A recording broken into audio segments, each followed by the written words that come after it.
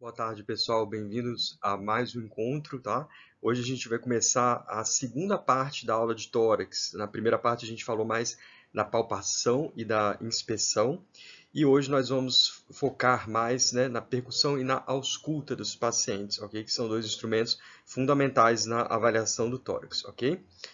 Pessoal, então, a percussão, primeiro, né? Para a percussão das faces anterior laterais do paciente, o paciente pode estar sentado, tá? Ou mesmo deitado. Na parte, quando você vai percutir o tórax anterior, obviamente, se ele estiver deitado, você vai ter acesso. Posterior, obviamente, não. Para a face posterior é possível apenas quando o paciente está sentado, tá? Isso é óbvio até, né? Se ele estiver deitado, realmente vocês não vão ter acesso a essa região. E para as faces laterais, o paciente deve colocar as suas mãos na cabeça. Por quê? Porque a face lateral está justamente aqui onde tem a axila. Então, você colocando aqui a mão na sua cabeça, você vai ter acesso à face lateral aqui para você fazer a percussão. Ok, pessoal? Na verdade, aqui são os pontos onde a gente realiza a percussão do paciente e aqui os pontos também na região posterior. Vocês estão vendo aqui, na verdade, eu estou margeando o quê? Justamente a escápula, ok? Lembrando que da primeira aula que a gente já falou, que onde nós temos regiões ósseas, já não nos dá informação. Nós temos que fugir de regiões ósseas, de proeminências ósseas, ok? Então, por isso que a gente vai margeando a escápula, e aqui eu já posso percutir aqui nas bases, porque eu já terminei a escápula, ok? Então, aqui, na verdade, é onde a área onde tem pulmão. E aqui, obviamente, aqui é a área onde tem, né, as vértebras. Então, a gente vai fugir dessas regiões também, tá? Então, a gente vai percutir naquela região que a gente chama de quê? Interescápulo vertebral. Então, entre as vértebras e a escápula. Ok, pessoal? Bom, roteiro para percussão, pessoal. Como que a gente vai golpear esse tórax, povo? Então, primeiro você inicia pela face posterior do tórax, tá? Golpeando de cima para baixo e sempre, pessoal, avaliar os dois lados simetricamente. A gente sempre, né, a gente falou isso para os pulsos também, na parte de cardio, né? Então, sempre quando eu tenho duas estruturas, né, que são simétricas, que estão nos dois lados, eu tenho que sempre avaliá-las ao mesmo tempo simetricamente, ok, pessoal? Então, se eu falar que a percussão, que o som está mais timpânico, que está mais maciço, ou submaciez, eu vou ter que, né, comparar com o lado, né, contralateral, ok? Passa-se em seguida, na verdade, as regiões laterais e conclui-se pela face anterior. Ok, pessoal? A gente vai tentar mostrar, vou gravar uns vídeos depois para vocês, para mostrar até onde a gente percute isso num paciente mesmo, tá? E a força do golpe, pessoal, lembrando que ela deve ser, na verdade, a mesma, ok? A mesma força do golpe deve ser aplicada, ok? Porque, na verdade, né, se você aplicar forças diferentes no mesmo indivíduo, né, os sons vão ser diferentes também.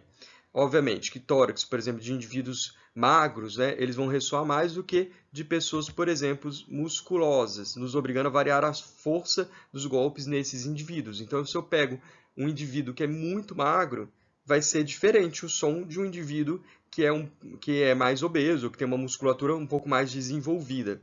Então, na verdade, eu tenho que ter a sensibilidade para, né, avaliar isso e para também modificar a força do meu golpe ali na percussão, ok, pessoal?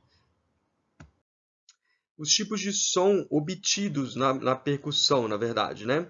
Na área de projeção do coração, do fígado, tá? E do baço, você vai ter o quê? Uma estrutura maciça. Então, você vai ter um som maciço, tá? Ou submaciço, ok?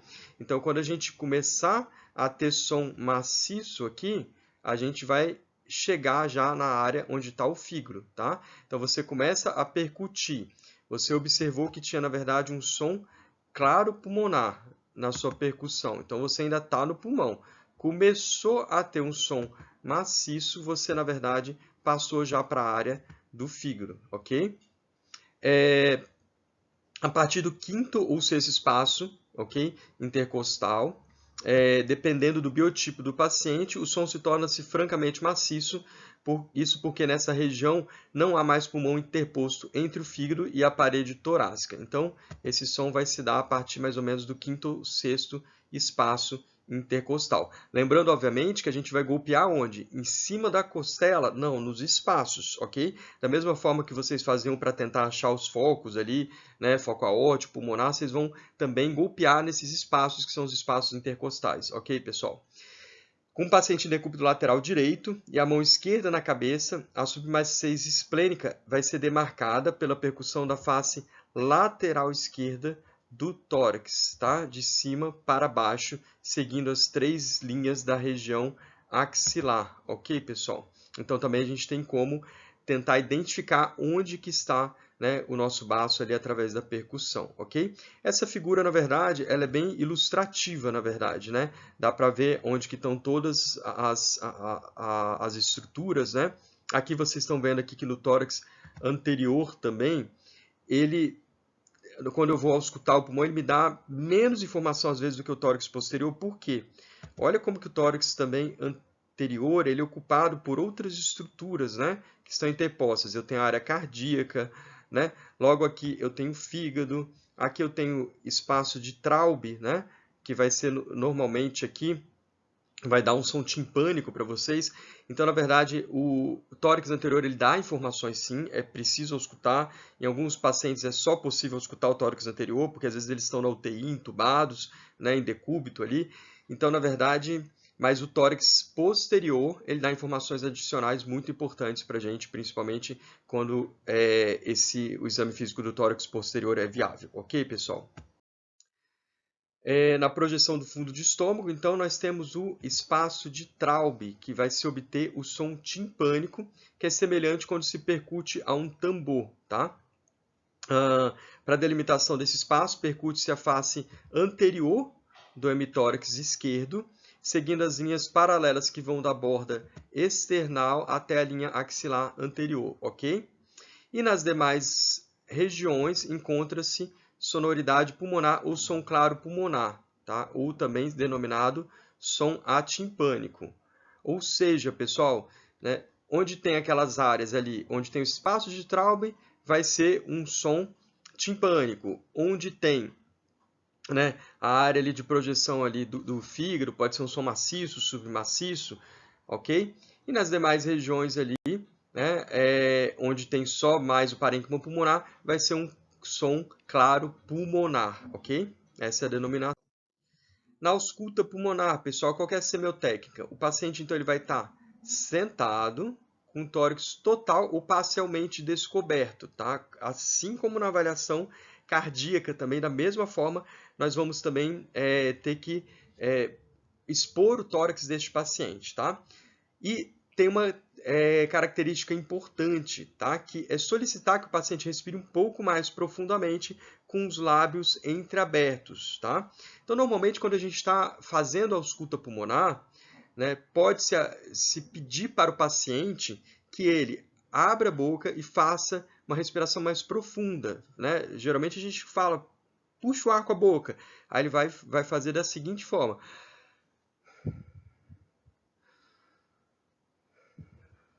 Puxa de novo, solta o ar. Às vezes a gente vai, durante o exame físico, realmente instruindo o paciente, ok?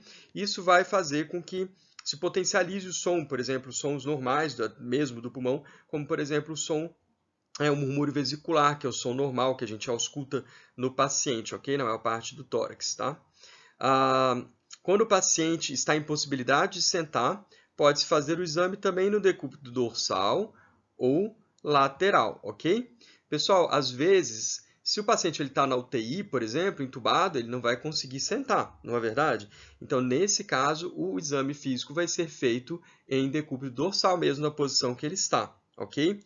Como eu falei para vocês também, o tórax anterior, às vezes, ele dá informações, mas não tanto às vezes, né? Ele precisa, o exame físico do tórax posterior é fundamental também, ok? Então, num paciente que está na UTI, por exemplo, no decúbito dorsal, né, o tórax, a parte lateral ali, as linhas axilares, saber até onde tem pulmão, até onde eu tenho pulmão, até onde vai na minha linha axilar. Isso daí a gente vai aprender. Isso é fundamental também, porque isso vai dar informações adicionais, principalmente nesse paciente que a gente não consegue sentar, ok, pessoal? E o receptor mais adequado é o diafragma, né? A ausculta cardíaca, vocês lembram que a gente usa campânula, diafragma, dependendo do que a gente quer ouvir, do que a gente quer auscultar. No pulmão, o diafragma é o receptor, ok, pessoal? Na ausculta pulmonar, tá, os sons eles são produzidos através do quê? Da vibração de corpos em um meio elástico, ok? A respiração, na verdade, quando o ar passa pelas vias aéreas, ele vai produzir turbulência aérea e vibração nas estruturas pulmonares, tá? E daí que vem os sons que a gente vai auscultar, ok? Então, na verdade, vocês não ouvem, por exemplo, o vento, ou quando a janela está fechada, ou entreaberta, você ouve aquele barulho que é bem forte às vezes até, né? Então, na verdade, é da mesma forma. O som passando pela traqueia, pelas vias aéreas, eles também vão ser auscultados, ok? E com a ajuda do estetoscópio. Lembrando aqui que no vácuo, por exemplo, não há transmissão de sons. Isso vai ser importante para vocês, porque, por exemplo, se eu tenho alguma condição que impede a transmissão desse som, como, por exemplo, lembra do pneumotórax, que eu perfurei meu pulmão, então saiu o ar dos alvéolos e o pulmão colabou completamente, ele ficou murcho, ok, pessoal? Então, na verdade, eu não vou ter som mesmo, eu vou ter minha caixa torácica vazia. Então não vai transmitir som. Eu vou mostrar para vocês no slide um raio-x com pneumotórax, vocês vão ver como que é interessante, ok? Pessoal, esse slide é importante para a gente ter um entendimento, na verdade, das projeções do pulmão na parede torácica. Então, vocês estão vendo aqui, a gente tem a clavícula, ok? E vocês estão vendo que 3 centímetros acima da clavícula nós temos o ápice pulmonar, ok? Então, isso é super importante porque, na verdade, quando você vai fazer, por exemplo, um procedimento, uma punção na jugular aqui, olha só o ápice do pulmão onde fica, tá? Então ele fica acima da nossa clavícula. Então é importante porque eu posso ter perfuração, por exemplo, desse pulmão e ter um pneumotórax, né? Uma complicação. E aí, onde mais nós temos pulmão na parede torácica? O pulmão, na verdade, vai margeando aqui, na verdade, passando pela articulação aqui externo, clavicular, ok? E depois as linhas vão seguindo praticamente aqui paralelas à linha médio-external, ok? E o limite inferior dos pulmões vai ser marcado, na verdade, a gente está vendo aqui a sexta articulação coxocondral, a gente vai marcar o limite inferior do pulmão nessa linha que tem uma convexidade inferior, ela é uma linha curva, ela vai margeando aqui até chegar aqui atrás, na verdade, mais ou menos no nível aqui da 10ª vértebra torácica, ok, pessoal? Então, nós vamos fazer um vídeo assim prático para tentar com que vocês visualizem melhor isso daí, tá? Outra coisa importante que vocês vão perceber aqui é que, na verdade, eu tenho o meu pulmão direito, ele, na verdade, aqui, na parte superior, eu tenho o lobo superior dele, aqui do pulmão direito, ok? Aqui, na verdade, eu vou ter o lobo médio, tá vendo? Eu tenho o lobo médio. E o lobo inferior praticamente é muito pequeno, na verdade, né? Na parte anterior. Então, praticamente eu ausculto pouco esse segmento pulmonar, tá? Lembrando que o pulmão direito é dividido em 3 segmentos, tá? Ao contrário do pulmão esquerdo, que é dividido só realmente em superior e inferior, ok, pessoal? Isso é importante, pessoal, para nós podermos definir até mesmo na ausculta, na percussão, por exemplo, aqui, eu ainda vou ter o som, claro, pulmonar, né, em toda essa região aqui, ok? Porém, Se você já começar a percutir mais essa região, você já tem som maciço, que é do fígado, ok? Som maciço, submaciço. Então, na verdade, é importante a gente entender essas diferenças, ok? Aqui também, né, nós temos a área aqui do coração, ok? A área onde está o coração. Então, na verdade, você tem interposição de sons, ok? Tanto da ausculta, obviamente, né? Quanto na percussão. Então, na verdade, o tórax anterior ele dá um pouco menos informações para a gente nesse sentido, ok? Porque nós temos outros, né, outros órgãos que podem interferir nas informações, ok? Vamos passar para o próximo. Então, pessoal, eu estou voltando só aqui um pouco na aula anterior, né, na primeira aula do tórax, só para relembrar. Então, nós temos aqui, ó, clavícula. Então, o pulmão vai estar aqui 3 centímetros, né, mais ou menos acima aqui da clavícula. Depois ela vai descer aqui, o pulmão vai descer aqui ao lado do externo. Aqui, obviamente, a gente não tem uma referência anatômica, né, mas não dá para contar, mas a gente desce mais ou menos até a sexta articulação coxocondral, ok? E aí o pulmão, ele na verdade, ele vai descendo numa convexidade inferior, tá?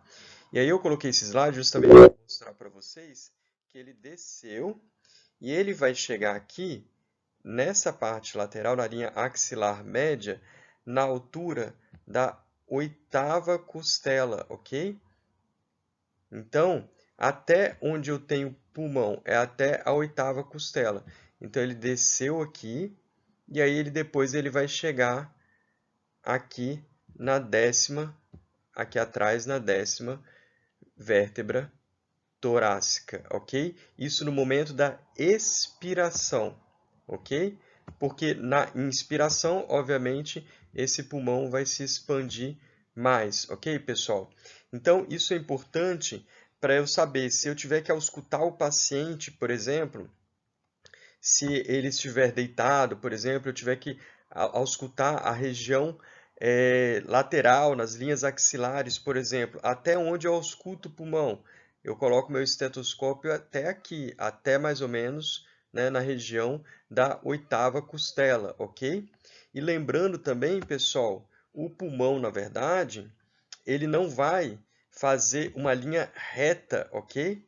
Até a parte posterior do tórax. Ele desce, na verdade, se curvando, por isso que ele começa na sexta e aqui ele para na linha axilar média na oitava, tá bem? Então, aqui ele está num nível e aqui ele está em outro nível, ok, pessoal? Isso daí eu queria que vocês entendessem.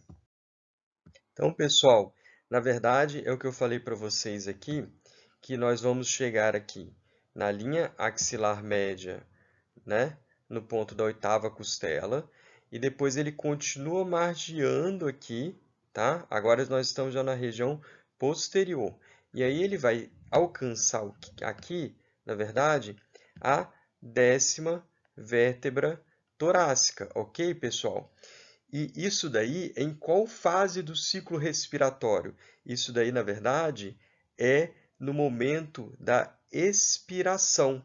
Na inspiração, o que vai acontecer com o meu pulmão? Ele vai expandir e aí ele chega, o meu pulmão não vai ficar cheio de ar, então ele vai expandir e aí ele vai chegar, na verdade, na minha 12ª vértebra torácica, ok, pessoal?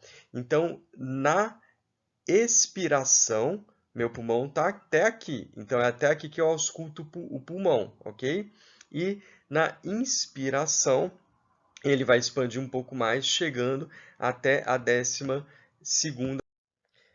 Então, pessoal, olha só, até onde eu tenho pulmão? Até a décima, ok? Até a 10ª vértebra aqui. Se eu estiver auscultando aqui, na verdade aqui eu tenho um rim, já acabou o pulmão, já tenho outras estruturas, tá? E usando como referência a escápula, na verdade, se vocês colocarem a mão de vocês, uns 4 dedos abaixo aqui da escápula, eu ainda tenho pulmão. Então, uns 4 centímetros mais ou menos abaixo da escápula, eu ainda tenho área de ausculta pulmonar. Isso é fundamental, porque às vezes, né, muitos médicos até né, nós vemos na prática clínica, eles auscultam o pulmão e começam a auscultar, por exemplo, já só por aqui e acabam deixando de auscultar realmente a base do pulmão, na verdade. Então, fica toda uma região descoberta. Onde eu vou auscultar o pulmão, então? Então, mais ou menos uns 4 dedos abaixo da escápula e aqui, obviamente, aqui eu não tenho, né? Eu tenho menos proeminências ósseas e aqui eu vou auscultando, margeando essa região que a gente chama de região interescápulo vertebral. Então, é aqui a minha área de ausculta nesse paciente, ok, pessoal? E até onde vai o pulmão, na verdade, no tórax posterior, na parte posterior. Na verdade, ele começa aqui na C7, ok? Então, na verdade, nós começamos o pulmão na C7 e nós vamos com o pulmão até a região de T10, ok, pessoal? Deu para entender? Opa, esse 10 aqui saiu. Ok, pessoal. É isso aí, pessoal. Então, quais são os sons normais da respiração, pessoal? Sons normais, nós temos o som traqueal, ok? Respiração brônquica, respiração broncovesicular e o murmúrio vesicular, ok? Geralmente no exame físico, quando o médico descreve, o que é mais comum que vocês vão ver nas nossas evoluções, tá? Que seria, na verdade, um murmúrio vesicular. Todo mundo descreve murmúrio vesicular fisiológico positivo sem ruídos adventícios, que seriam sem ruídos anormais, ok? Então, todo mundo começa a descrição do exame físico pulmonar dessa forma, ok? Então, o murmúrio vesicular, na verdade, vai ser o som que é auscultado na maior parte do tórax, ok? Estes outros sons, o som traqueal, ele vai ser auscultado mais próximo da projeção da traqueia, tá? O bronco vesicular, também à medida que a traqueia vai se bifurcando, o bronco vesicular, da mesma forma, então, está mais próximo ali das regiões, né, do externo e tudo, ok? Então, pessoal, se vocês forem ver uma área de projeção aqui, né, o som traqueal, ele vai ser auscultado, na verdade, né, ele tem um componente inspiratório e expiratório, tá? Então, vocês vão auscultar tanto o componente da inspiração quanto da expiração. E ele é audível onde, pessoal? Mais na região de projeção da traqueia, no pescoço e na região external. Então, olha aqui, pessoal, como que a traqueia desce, tá? E aqui eu tenho qual estrutura aqui, pessoal? Na minha parede torácica, eu tenho o externo, na é verdade? Então, ele vai ser auscultado aqui mais. Vamos desenhar o Dr. Hélio aqui, ó. Tá vendo, pessoal? Eu vou auscultar o quê? Mais aqui nessa região do pescoço, ok? E mais essa região aqui do externo, ok? Que é onde, na verdade, nós vamos ter, né, mais proximidade aqui com a traqueia. Então, qual que é a diferença? Ele é um som mais rude. Ele vai se originar da passagem do ar através da fenda glótica e na própria traqueia. E é um ruído inspiratório soproso, mais ou menos rude. Obviamente que ele é mais intenso, né? Se você pensar no encanamento, ele é um encanamento mais calibroso. Então, o som, consequentemente, ele vai ser um som mais alto, ok?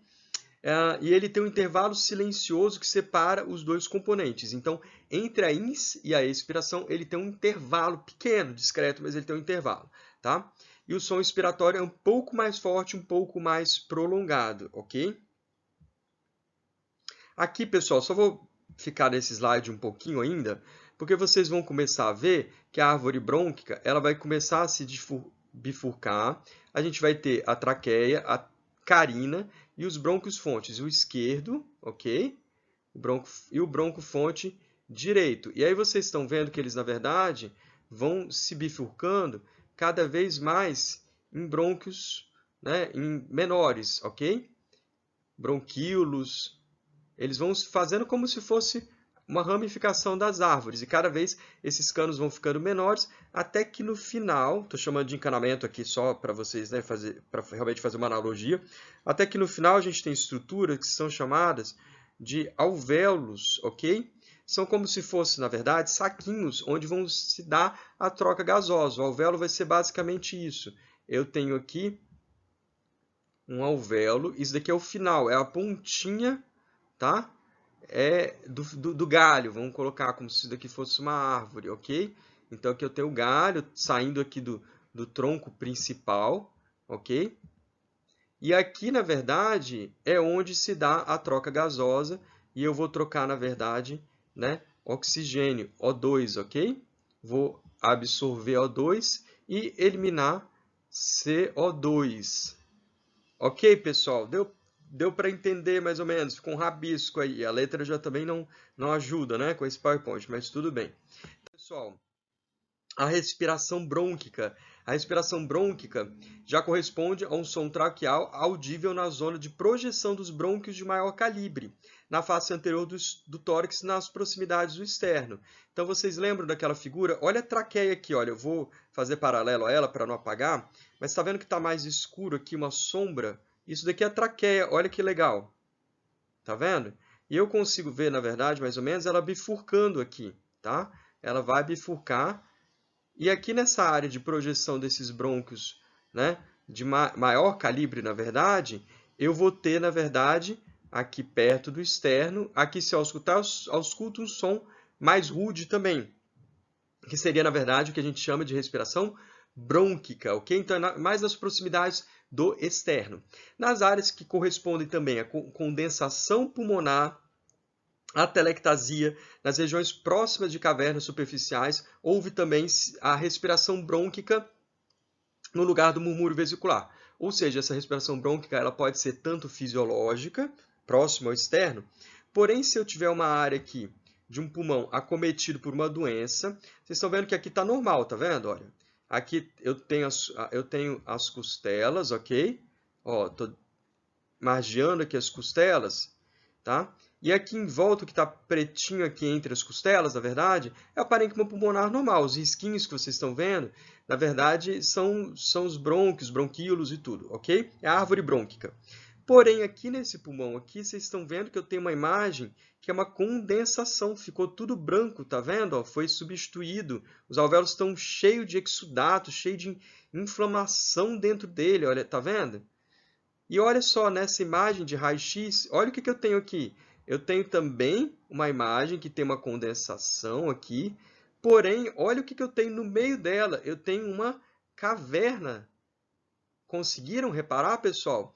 Então, se eu tiver em alguma área do tórax, ao escutar alguma coisa que seja diferente do murmúrio vesicular, e é o som brônquico, mas é um som mais rude, mas eu não deveria ter som rude nessa área aqui. Eu posso ter som rude apenas nessa área aqui, perto do externo. Se eu tenho um som mais rude fora dessa área, ok? Significa alguma patologia, como, por exemplo, uma condensação pulmonar, que é uma pneumonia, tá? Uma telectasia, uma caverna, e assim a gente vai fazendo o diagnóstico de algumas comorbidades, de algumas doenças. Ok, pessoal?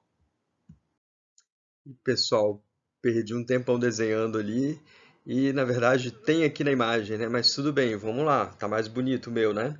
Então, pessoal, olha só como que é, né? Na verdade, a estrutura aqui dos bronquíolos, ok? Eles vão se dividindo, isso aqui já é uma bifurcação aqui dos principais. Olha só como que ele se divide como se fosse numa árvore mesmo, igual eu desenhei para vocês, ok, pessoal? E aí, o final dele tem esses saquinhos aqui que a gente chama de alvéolos, na verdade, que é onde vão se dar as trocas gasosas, ok, pessoal? Os ruídos produzidos, então, pela turbulência do ar circulante contra as bifurcações brônquicas, né? Essas bifurcações aqui, né? Eles, ao passar por cavidades de tamanhos diferentes, né? Porque vai saindo, o encanamento vai ficando cada vez menor. Como, por exemplo, dos bronquíolos para os alvéolos. Este é o ruído que a gente chama de murmúrio vesicular, tá? E o componente inspiratório, ele é mais intenso, mais duradouro e de tom mais alto também, ok? Isso daí tem que ter muita sensibilidade, obviamente, ali no exame físico e tudo para perceber, ok? Mas o mais importante para mim é vocês saberem que vocês, na ausculta depois, a gente vai pegar isso daí, mas é saber que o rumor vesicular é o som normal da ausculta pulmonar, ok, pessoal? O que pode fazer com que esse murmúrio vesicular reduza ou simplesmente desapareça também? Lembra que eu falei que o vácuo não vai transmitir som? Olha só, vocês estão vendo os brônquios, bronquíolos, olha, a traqueia aqui, ó, tá vendo? E vocês estão vendo aqui, ó, esses risquinhos aqui, é toda essa árvore brônquica, tá vendo? Todos esses risquinhos aqui que vocês estão vendo aqui. Pessoal, tem risquinho deste lado? Alguém está achando algum risquinho? Espero que não, porque né, realmente não tem nenhum risquinho. Esse paciente ele tem um pneumotórax, ok? Então, olha onde que está o pulmão dele. Está todo colabado aqui. O que acontece, pessoal, no pneumotórax? Por exemplo, eu posso tentar passar um catéter aqui, pegar uma veia subclávia, por exemplo, ou pegar a jugular e simplesmente eu vou fazer, com aquela mesma agulha, eu perfuro o pulmão. Perfurando o pulmão, sai ar daquele alvéolo e aquele ar, o que ele acontece? O ar que saiu do alvéolo, ele vai começar a pressionar e colabar todo o pulmão, ok? Porque nós temos que entender que o pulmão ele é um sistema fechado, ok? Eu tenho a caixa torácica, aqui eu tenho um sistema, ele está aqui dentro de um sistema fechado. Se começar a sair ar de um alvéolo, essa pressão vai ser tão grande aqui, na verdade, ok? Que ele vai colabar o pulmão. E aí, o que acontece quando eu coloco o meu estetoscópio aqui na parede torácica? Eu vou conseguir escutar alguma coisa? Não, porque eu não tenho parênquima pulmonar. Eu tenho simplesmente o vácuo, e o vácuo não vai produzir som, ok? Existem outras condições, obviamente, além do pneumotórax, né, que é ar. O hidrotórax pode ser líquido, ok? O enfisema pulmonar também pode diminuir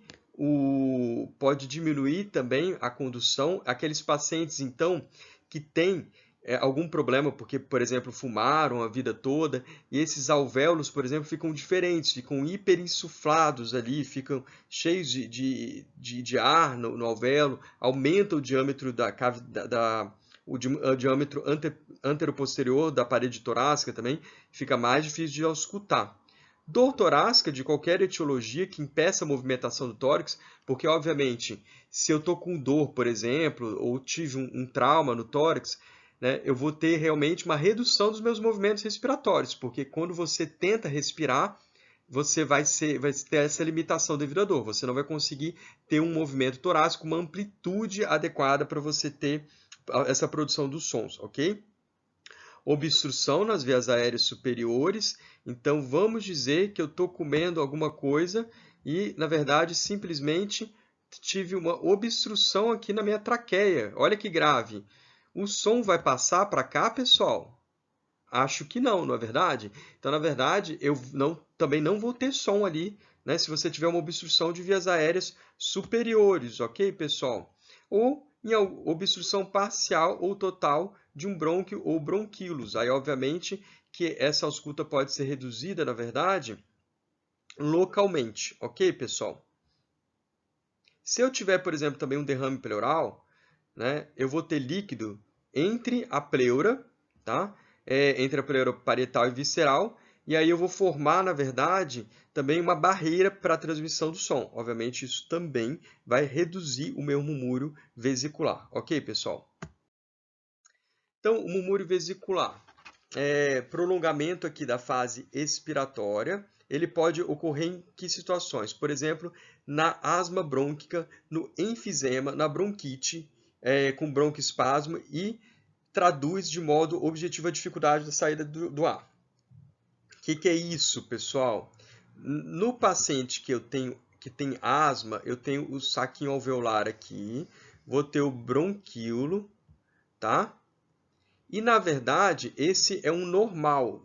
O paciente que tem asma, o que vai acontecer? Ele vai ter o alvéolo aqui normal, mas ele vai ter, na verdade, um broncoespasmo, ok? Então, na verdade, esse bronquíolo dele vai estar apertadinho, o ar vai estar com dificuldade de sair, ok? Porque essa parede aqui dele vai estar cheia de inflamação, vai estar inflamado, ok? Então, na verdade, o ar ele chegou a entrar, ok? vamos colocar o ar aqui de amarelo, o ar ele entrou, preencheu o alvéolo, mas ele tem uma dificuldade na fase expiratória, ele tem uma dificuldade de sair, ok, pessoal? Então, na verdade, com isso, em algumas condições, como na asma, eu posso ter um prolongamento dessa fase expiratória, tá? Esses pacientes aqui, ó. Pessoal, se tiver alguém na sala que fuma, eu vou puxar a orelha depois quando a gente voltar, tá, pessoal? Porque realmente, assim, vai destruir o seu parênquima pulmonar. Realmente, assim, são condições... Eu já tive pacientes, pessoal, que eles não conseguiam andar 1 metro praticamente com uma doença pulmonar obstrutiva crônica gravíssima. Eles tinham realmente dispneia, falta de ar mesmo, em repouso mesmo, sabe? Às vezes tem alguns pacientes que têm indicação até de usar oxigênio nasal contínuo em casa, domiciliar, entendeu? Então são situações bem graves, tá? Ok? E a respiração broncovesicular. Pessoal, soma-se as características da respiração brônquica com as do murmúrio vesicular. Tá? Também pode ser uma respiração normal, dependendo, né, de onde você consegue auscultar. A intensidade e a duração da inspiração tem igual magnitude, e ambas um pouco mais fortes do que o murmúrio vesicular. Qual que é a diferença, pessoal? É só que ela é um pouquinho mais rude, um pouco mais intensa a ausculta delas, tá? Mas sem atingir a intensidade de uma respiração brônquica. Não chega a ser intensa como uma respiração brônquica. Em condições normais, a respiração broncovesicular é auscultada. Então, isso aqui, normalmente, ela pode ser auscultada na região external superior, na interescápulo vertebral à direita, ok? E ao nível da terceira e da quarta vértebra dorsal, ok, pessoal? Então, nessas regiões, é normal você auscultar respiração broncovesicular, ok? Então, se eu estiver auscultando aqui na região external superior, por exemplo, é normal.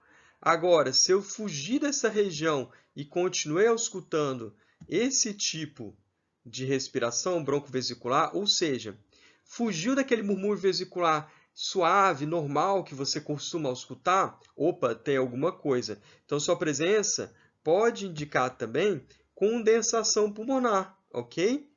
Pode indicar também atelectasia, pode indicar também presença de caverna. Então, olha uma nova imagem aqui, nesse caso uma tomografia com uma condensação pulmonar. Eu sei que vocês não sabem ver a imagem ainda, mas a gente consegue perceber que esse pulmão aqui está normal e que esse pulmão tem alguma coisa aqui que está me incomodando, não está normal. Ok, pessoal? E aqui, obviamente, a gente tem aqui central, é o coração, tá?